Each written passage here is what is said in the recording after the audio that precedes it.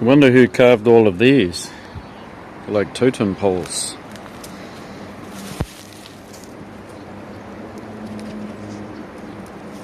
And there's some over here too. You can tell by the way the ground's all pushed down that people have been through here. Now that's kind of interesting. They're very big. Like the 5'6". That one's 6'8". Totem poles, just sitting here on the side of the road. Ooh. Let's look at Puraria lobata. You can see here these tendrils. And every internode it can grow from. Trifoliate leaves.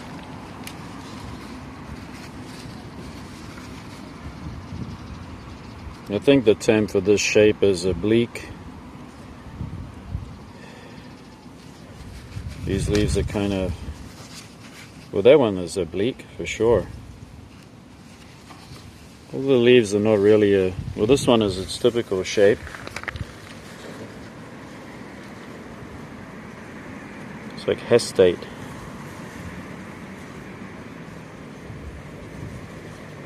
It's like a hestate shaped leaf. Quite pubescent stems here. And the Volgina, which is that join there.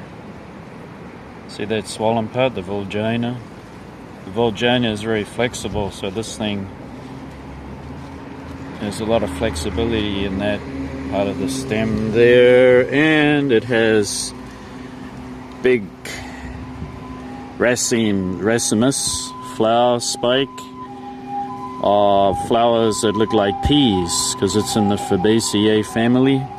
This is native to China and Japan, Eastern Russia, Vietnam, Philippines, Solomon Islands, and Papua New Guinea. And even though it is native to Japan here, it's considered a weed, and the reason why it's a weed is because it has to be the most successful plant that I've ever seen. This thing can take minus 20 degrees because it has a tuberous root system. Wherever it populates, it takes over, so there's nothing that stands in its way. This thing will wrap around trees and strangle them. It will go over every single weed here. There's no weed that this thing can't dominate. It doesn't matter if it actually prefers about 1,000 to 2,000 millimeters of water in a season. And it has actually beautiful purple flowers, so they're purple or blue, and they actually smell like grapes. This is one plant that you don't want to plant in your garden because you probably never ever get rid of it.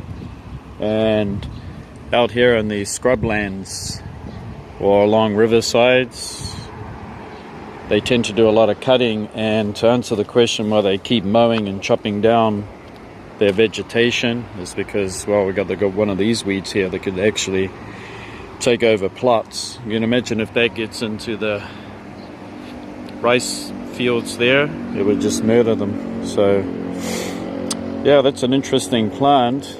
It's a beautiful plant, but unfortunately nothing that you can grow in the garden.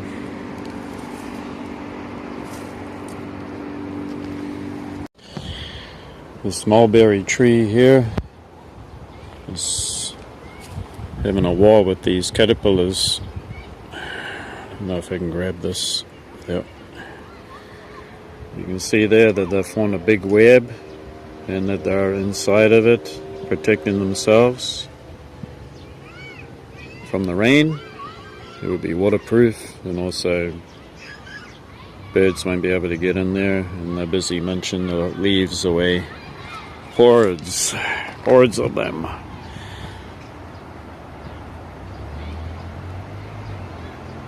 And what does a tree do to defend itself? I know it's a mulberry because I can. You got this serrated leaf, and you got the fruit there. What's a giveaway? It's a mulberry. I think mulberries are native to this country too. Got this other and quite invasive thing here. It's another kind of legume. Produces hundreds of thousands of seeds and pods. Another successful weed growing in this riverside. Over here we have Myrrhis odorata, which is native to Scotland, England, Europe. Looks like it's been introduced to Japan as a weed. You can tell by the pinnate leaves, or fern-like leaves, pinnate, because they're divided, and then they have the peanut, all these leaves that come off from the central vein, pinnate. It's all grown all along here too. So I kind of like it. It's got nice flowers, like an umbel of white flowers. It's dainty. It's nice to look at. There's actually another one right there. Look. It's tied on to old signpost, so there's nothing on it. Wonder who made them.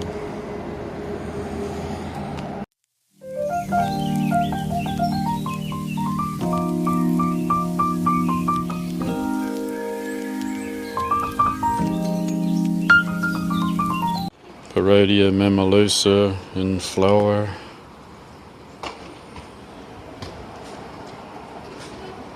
I missed its full bloom because I was busy. Still got 3 buds on the way. So this is a cactus that likes a lot of water. This is pretty heavy because it's got rainwater all yesterday, and it surprisingly likes it. Before I would let it dry right out and then give it a water, and that was 2 years ago. I remember trying to get it to come out of dormancy, but it wouldn't. And I remember putting it down here, and I thought, well, I got nothing to lose, so I just watered it almost every day thoroughly, and then it just recovered really quick. It's just one of those cacti that like a lot of water. One of my favorite cacti is Parodia Lenninghausea, and you can see that this one is already outgrown its pot. It's got a lot of babies on it, and I should repot it, and I think I'm going to do it right now.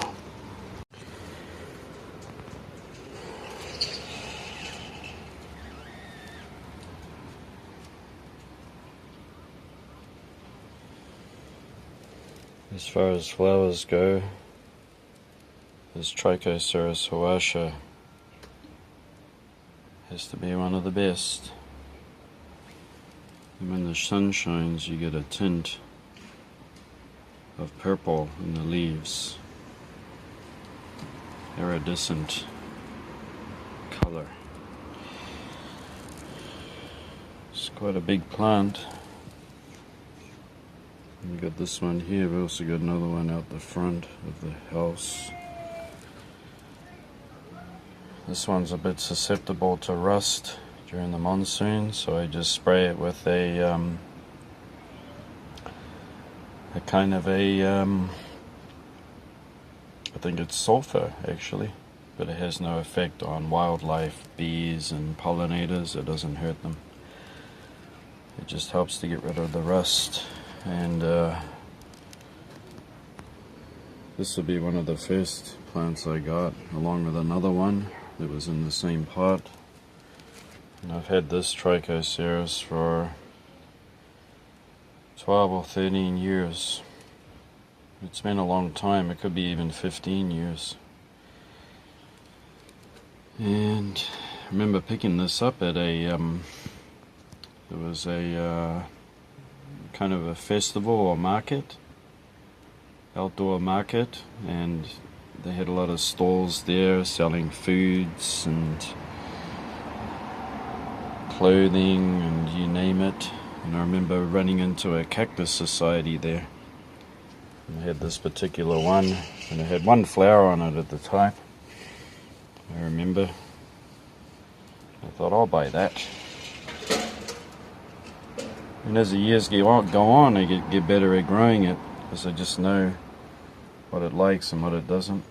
But it's not that difficult. It's not a difficult plant to grow. It likes plenty of water during the nice warm weather.